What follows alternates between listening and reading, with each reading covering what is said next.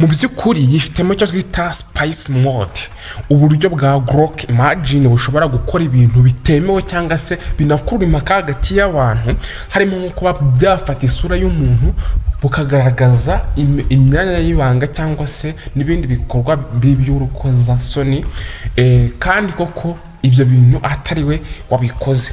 Bityo bikaba byatumye neza hari bamwe batarimo barayishyigikira bavuga yuko iyi AI ishobora kuba igiye kuzana impinduka zitari nziza muri sosiyete, gusa ikabikora ibintu bihambaye.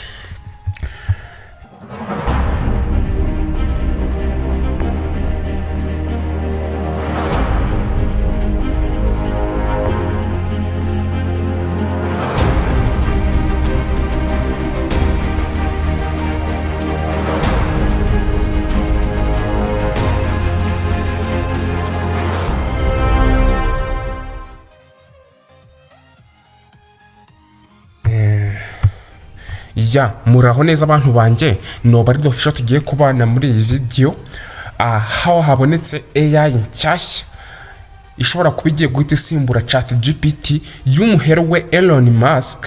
Mu byibuke neza Elon Musk ni afitemo akaboko gakomeye muri ChatGPT, bivuze ko ChatGPT biriya bintu byose ikora, Elon Musk kuba yamaze gushyira AI ye ku giti cye hanze, bivuze ko harimo ubushobozi burenze ubwa ChatGPT AI.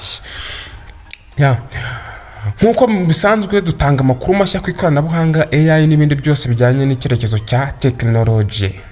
Uyu munsi turarebera hamwe AI nshyashya ya Elon Musk yitwa Grok, ikaba ishobora gusimbura ChatGPT. Yego nibyo utumiye kureba rero ibi byose, kuko Grok ntabwo ari chatbot nk'izindi zisanzwe zose, ifitemo ubuntu bwinshi budasanzwe burenze ubwa zindi chatbot cyangwa se AI zindi usanzwe yaba za Gemini, yaba za ChatGPT n'izindi. Ni ukuvuga ngo Elon Musk amaze gushyira hanze AI nshyashya yitwa Grok, ikora ibintu byinshi birenze kuganira gusa, ubwo yo ikora. Grok ni chatbot ishobora gukora amafoto, amashusho, inyandiko ndetse na code. Yakozwe na xAI, ikigo cya Elon Musk, kandi ubu iri kugaragara ku rubuga rwa grok.com ndetse no muri porogaramu za iOS na Android. Ubwo iOS ni kuri App Store ndetse Android ni Google Play Store, ugiye uri downloadinga bigakunda.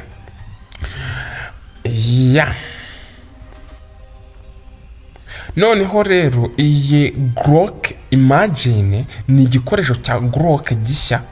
Muri make Grok AI ifitemo icyo twita Grok Imagine, aho iyo Grok Imagine ifasha abantu bashaka gukora content nk'amafoto, amashusho byihuse hifashishijwe amabwiriza yanditse cyangwa se amafoto wohereje.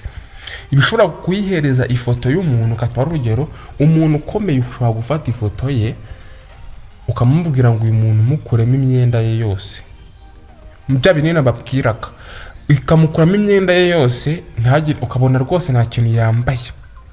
Iyi Grok Imagine ifitemo ubwo bushobozi.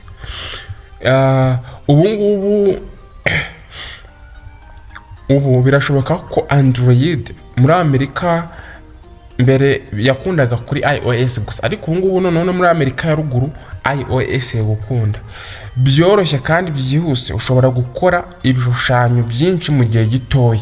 Mu by'ukuri ChatGPT iguha 3 times amafoto 3 yonyine kuba waya generatinga cyangwa se no kwa uploadinga, ntushobora kurenza 3 mu gihe cy'amasaha 12. Ariko iyi Grok AI uraje ureba udushya twose yazanye. Noneho igiza ikoranye n'ikindi twita Made ya Spice ni uburyo budasanzwe bwa Grok Imagine bushobora gukora ibikurura impaka, harimo n'ibishobora kuba ubusambanyi cyangwa ibindi bikorwa bitemewe. Urugero, iyi mode ishobora gukora amafoto yerekana ibice by'umubiri w'abantu, yaba umubiri ibice by'ibanga ndetse n'ibindi bitanyaho bihuriye n'ubusambanyi.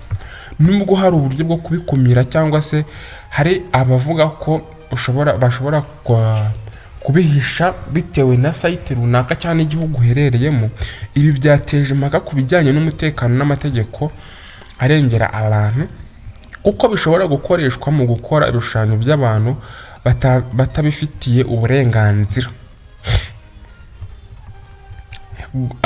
Ubwenge buhangano Grok version ya 4 muri make niko nabyitayo, noneho ni version nshya ifite ubushobozi bwo gukora ibintu byinshi cyane: amafoto, amashusho, inyandiko zose, code, ubushakashatsi bwihuse. Nimvuga code nimwumve ngo ni code ziri aho ngaho. Bano bantu bakora programu za mudasobwa, ama website, yewe n'ama AI nayo akorwa hifashishije code.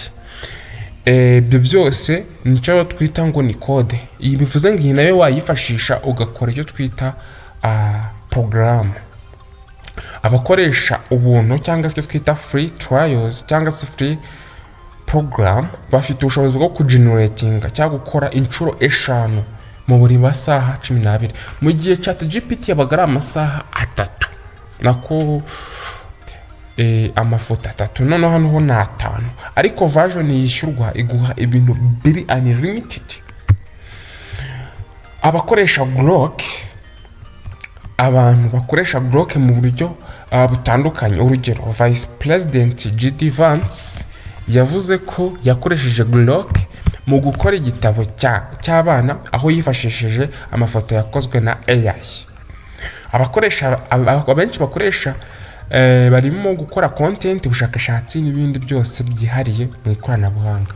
Muri make Grok AI izari igisubizo ku bantu baba content creator, by'umwihariko bakenera ibintu amafoto amwe n'amwe yabaye design, kuko design urumva iri kugenda itagaciro. Noneho ni gute se ubundi Grok twayikoresha? Muri make ukeneye kuidownloadinga uvuye kuri Google Play Store cyangwa se App Store niba ukoresha iPhone. Ubwo kuri Android ni Google Play Store, cyangwa se niba uri kuri mudasobwa yawe ugasura urubuga rwa grok.com, warangiza cyangwa se ushobora no kujya kuri Twitter. Buriya Twitter murabizi kali ya Elon Musk yarayiguze. Muri X cyangwa se Twitter naho iyi Grok ibamo hagana hasi. Iyo Grok naho wayibonamo ukayikandaho birakunda.